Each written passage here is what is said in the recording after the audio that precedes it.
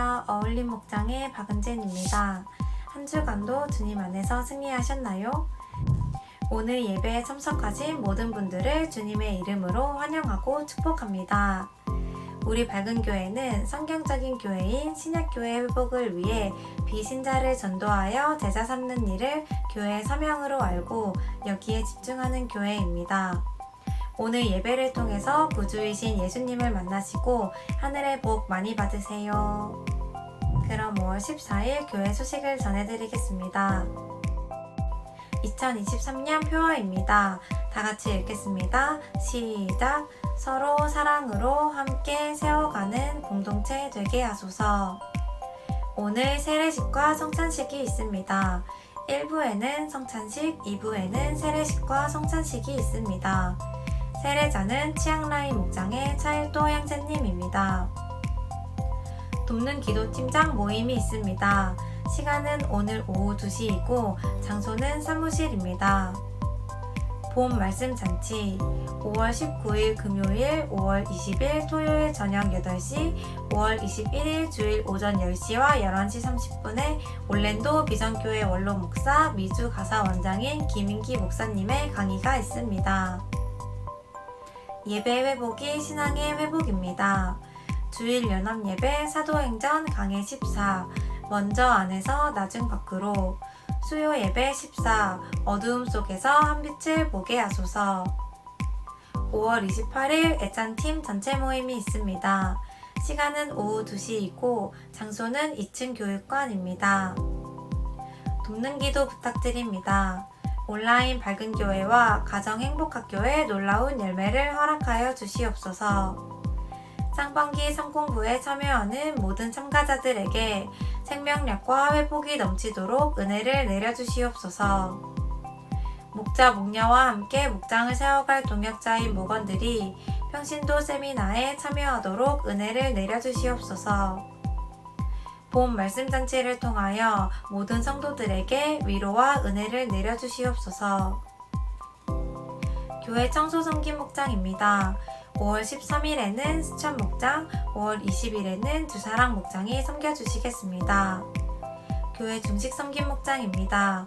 5월 14일에는 서랑 목장, 5월 21일에는 바나바 목장이 섬겨주시겠습니다. 항상 교회를 섬기시는 우리 밝은 가족들이 자랑스럽습니다. 암송 구절입니다.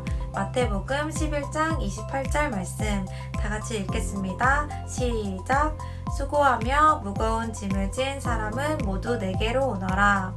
내가 너희를 쉬게 하겠다. 마태복음 11장 28절 말씀. 아멘.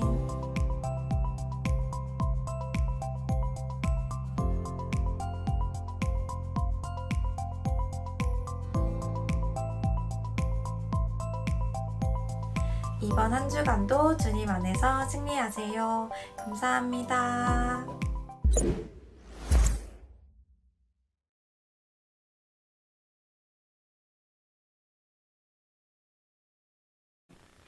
제가 지난주에 삼공부를 하다가 어떤 권사님이 한 가지 얘기를 하시는데 남편분이 한번 저희 교회에 와서 꽃을 이렇게 심어주신 적이 있어요.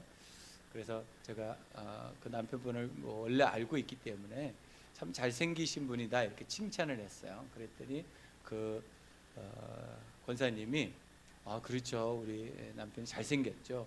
그런데 저는 남편이 싫어요 그러는 거예요. 그래서 왜 남편이 싫어요? 그랬더니 남편이 너무 세게 생겨가지고 남편이 싫다는 거예요. 근데 그 뒷말이 더 깜짝 놀라게 했어요. 그게 뭐냐면 저는 그래서 목사님도 싫어요. 왜 그러냐 그랬더니 목사님도 세게 생겨가지고 싫다는 거예요. 그래서 그 말을 듣고 난 다음에 가만히 있는데 그분이 이어서 마지막 말을 하는 거예요. 그런데 목사님하고 이렇게 사귀어보고 공부를 해보고 지내보니까 참 목사님 좋더라고요. 그 얘기를 마무리를 해주셔가지고 그러지 않으면 그냥 센 사람으로 그냥 별로 이미지가 안 좋은 걸로 끝날 텐데 마무리를 그렇게 해주셨어요. 그래서 그 권사님의 말씀에 반전이 있었습니다. 우리가 살다 보면 이런 반전을 경험할 때가 있습니다. 앞에서 우리가 경험했던 그것이 계속 지속되는 것 같고 그렇게 살 것 같지만 결국은 우리에게 반전이 있습니다. 특별히 예수 그리스도를 믿는 자에게는 엄청난 반전이 있죠. 이전의 삶과 예수 그리스도를 믿고 난 다음의 삶은 완전히 다른 삶이죠. 그래서 반전이 있는 삶입니다. 그래서 오늘 주제입니다. 신앙의 삶은 반전의 삶이다. 신앙의 삶은 반전의 삶이다. 시작. 신앙의 삶은 반전의 삶입니다. 신앙의 삶은 반전의 삶입니다. 항상 반전과 반전이 있는 삶이 신앙의 삶이다라는 것입니다. 오늘 우리가 말씀을 읽었지만 바울이 예루살렘으로 왔습니다. 예루살렘으로 오면 무슨 일을 당하는지 다 알고 있었습니다. 그러니까 밀레도에서 에베소 장로들이 바울 선생님 제발 좀 가지 마십시오. 가면 어떤 일이 벌어지는지 알고 있지 않습니까? 결박을 당하고 투옥을 당하고 어려움을 아마 죽게 될 겁니다 라고 얘기합니다. 근데 바울이 그것을 다 알고 있음에도 불구하고 예루살렘으로 돌아옵니다. 그대로 오늘 결박을 당하고 또 투옥되는 일들을 경험하게 됩니다. 이제 이후에는 죽음을 맞이하게 되겠죠. 바울이 왜 그것을 알매도 불구하고 예루살렘으로 왔을까? 그것은 하나님께서 바울에게 보여주신 하나님의 약속이 있기 때문이다라는 겁니다. 그래서 바울은 오늘 이 붙잡히는 이 장면을 통해서도 자신을 또 변호하고 간증하는 기회로 삼습니다. 그래서 내가 누군지 아느냐? 나는 길리기아 다소에서 태어난 사람으로서 가말리엘 학파의 문화생이고 내가 열심으로는 당신들보다 더한 사람이다 라고 자기를 소개해요. 여러분 다소가 어디 있는지 한번 보겠습니다. 길리기아라고 하는 성에 조그마한 도시 같지만 사실은 이 다소는 굉장히 유명한 곳입니다. 이 다소에는 특별한 법이 있는데 이곳에 태어난 사람은 로마 시민이 되는 권한을 받습니다. 그러니까 엄청난 자격을 받게 되고 또 사람들이 다소에 산다 그러면 다소에 사는 사람들이 자부심을 가진다 그래요. 그 정도로 다소는 유명한 곳이었고 대단한 곳이었습니다. 뿐만 아니라 이곳은 경제적으로도 풍요한 곳이었어요. 농업도 있었고요, 목축업도 있었고요. 또 이곳은 무엇이 유명했냐면 천막을 만드는 데로 유명했어요. 그래서 바울의 직업이 천막 깁는 직업이었다 그러잖아요. 이 다소에서 태어났기 때문입니다. 그래서 다소는 경제적으로도 문화적으로도 교육적으로도 아주 발달한 곳이다라고 소개하고 있습니다. 그런데 이 다소에서 바울이 예루살렘으로 유학을 오게 된 것이고 거기에서 힐렐 학파와 쌈마이 학파가 있는데 힐렐 학파에 속해가지고 공부를 했습니다.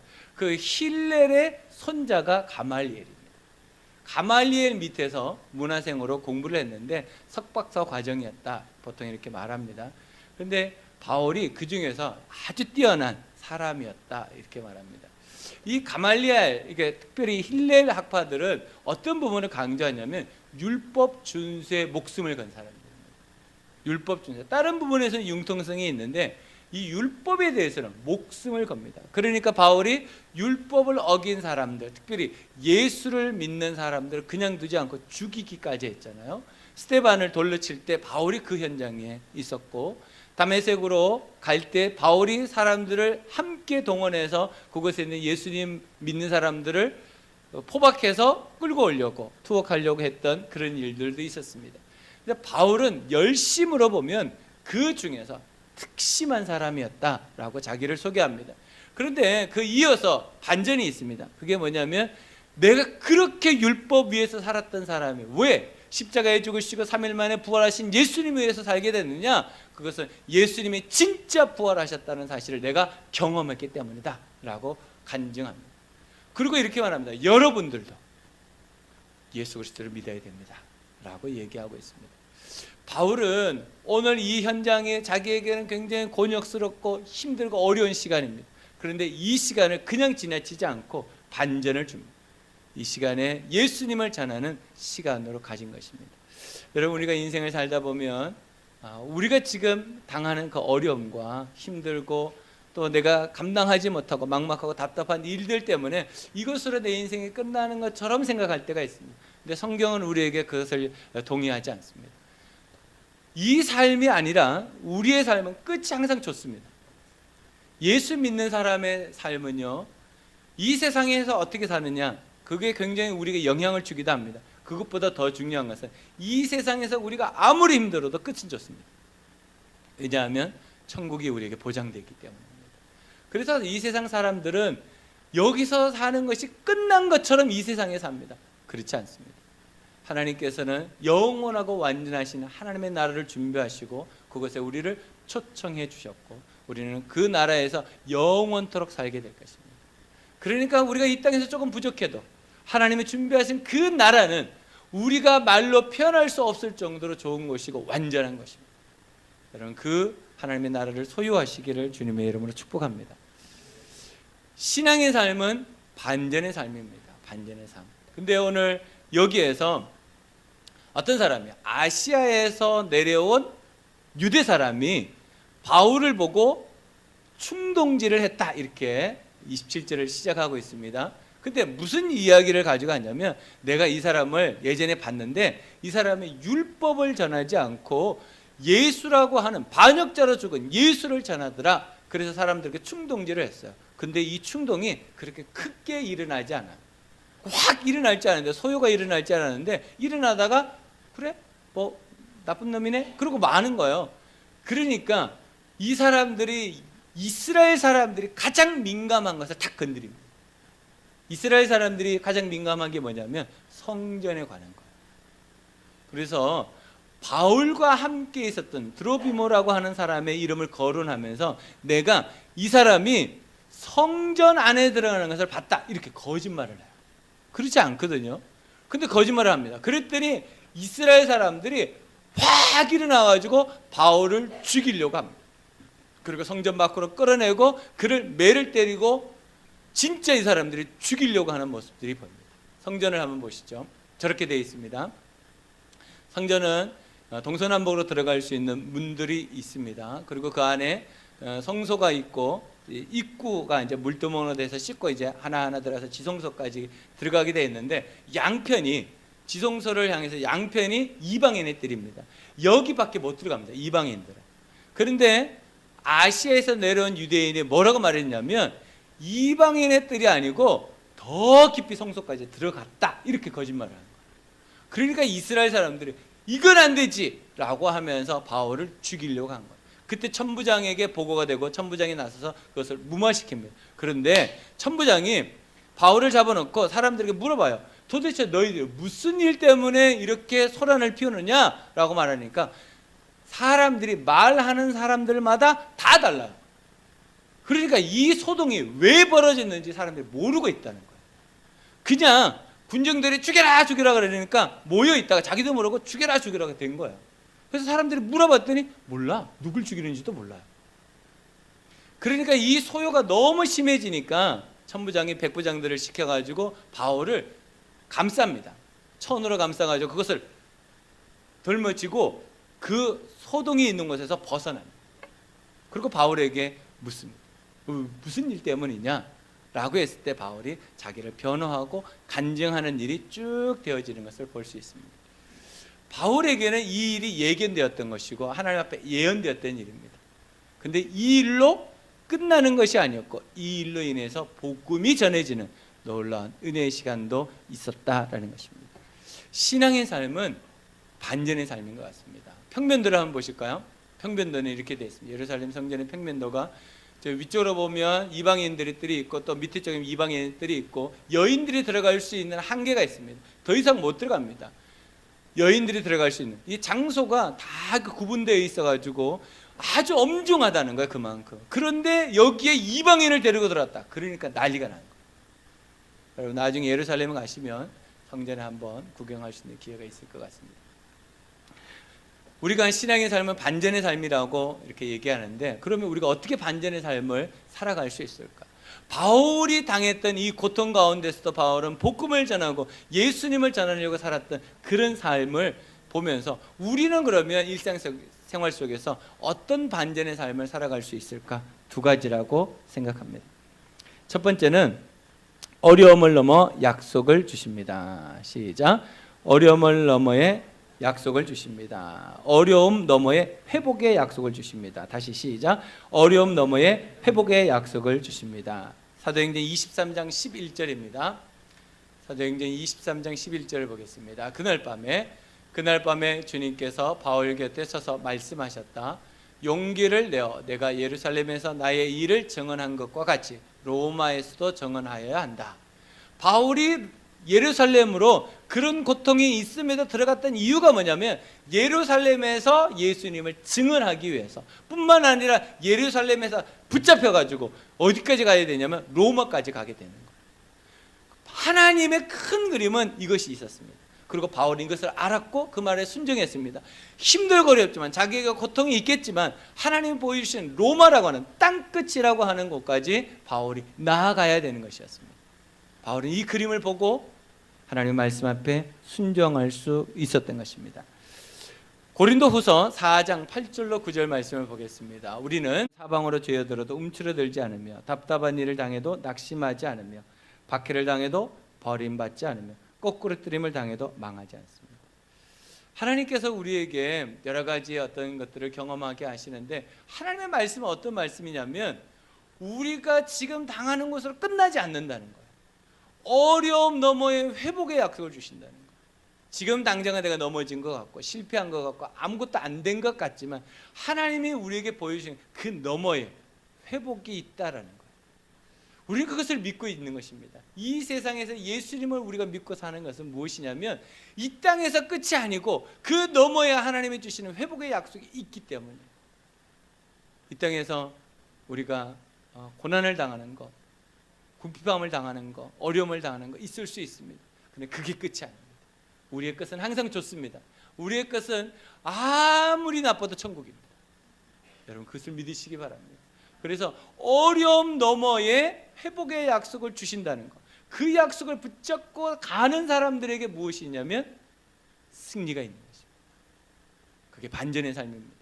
그래서 이것으로 끝나지 않는다. 여러분 절대로 지금 이 모습으로 끝나지 않습니다. 분명히 하나님이 주시는 회복이 있을 줄로 믿습니다. 두 번째는 우리가 반전의 삶을 어떻게 사는가? 절망 너머에 소망을 주십니다. 절망 너머에 소망을 주십니다. 시작. 절망 너머에 소망을 주십니다. 네, 이제 고린도후서 6장입니다. 우리는 같이 읽습니다. 우리는 무슨 일에서나 하나님의 일꾼답게 처신합시다.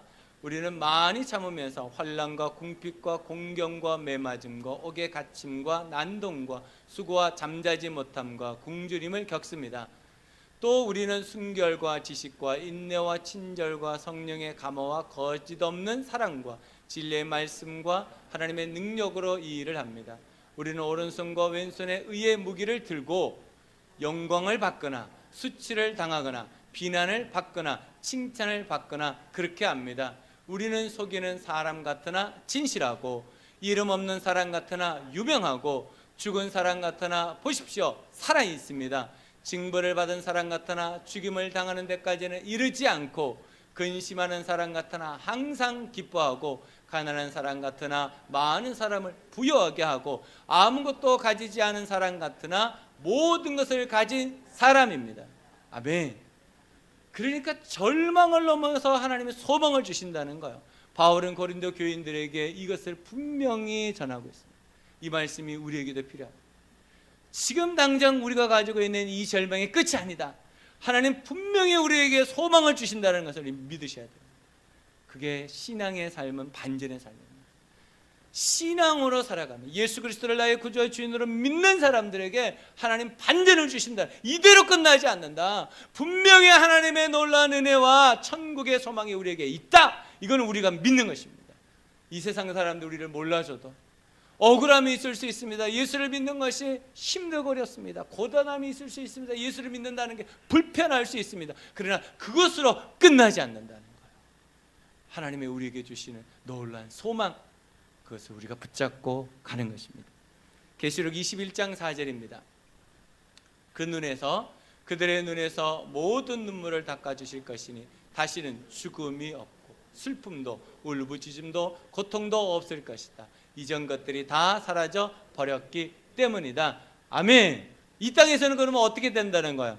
눈물이 있다는 거예요. 고통도 있다는 거예요. 슬픔도 있다는 거예요. 근데 그것으로 끝난다? 끝나지 않는다? 끝나지 않는다. 하나님이 눈물도 없고 슬픔도 없고 고통도 없고 아픔도 없는 하나님의 나라를 우리에게 주신다는 거예요. 그게 우리의 소망입니다. 그래서 절망 너머의 소망을 하나님 우리에게 주신다. 그게 반전의 삶입니다.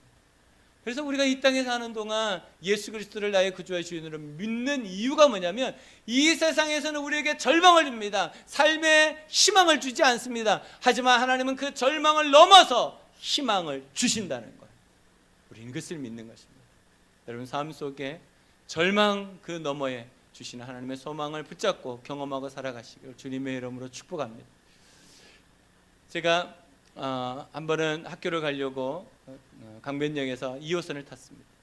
2호선을 타서 전철을 타서 이렇게 서 있는데 청년 2명이 앉아서 이야기를 하는 거예요. 그래서 한 청년이 이렇게 말하는 거예요. 방글라 아니야, 필리핀. 둘이서 그 얘기를 하고 있는 거예요. 그래서 제가 못 들은 척하고 가만히 있었어요. 그런데 두 사람이 합의를 본 건 태국, 이렇게 합의를 보는 거예요. 그리고 잠실에서 내리는 거예요. 그래서 제가 그 뒤통수를 향해서 뭐라고 말했을까요? 나는 한국 사람이에요. 그랬더니 그 청년들이 전철을 딱 내서 저를 이렇게 막 보더라고요. 그래서 제가 손을 이렇게 흔들어줬어요. 저는 한국에서 한국 사람으로 인정받지를 못한 것 같아요. 근데 제가 중국을 갔습니다. 중국을 갔더니 제가 아주 유창한 말로 나는 한국 사람이다, 한국에서 왔다 그랬더니 안 믿어져요. 당신 거짓말 하지 마라. 당신은 중국 사람이다, 한국 사람 아니다, 그렇게 말하는 거예요. 그래서 그래, 네가 보기에는 내가 중국 어느 지방 사람 같으냐 그랬더니 광동 사람 같다는 거예요. 그래서 그래, 나는 광동 사람이다, 그러고 이제 지나갔어요.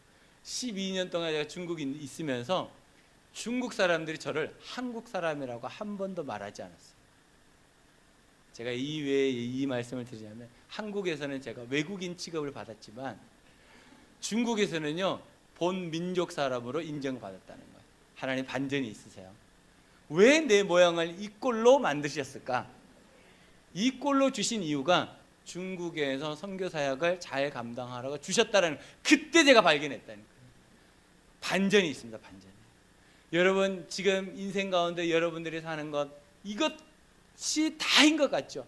절대로 같지 않습니다. 이때를 위해서 그때가 있는 것입니다. 여러분 지금 이 순간이 그때를 위해서 있습니다. 여러분 절대로 이렇게 끝나지 않습니다.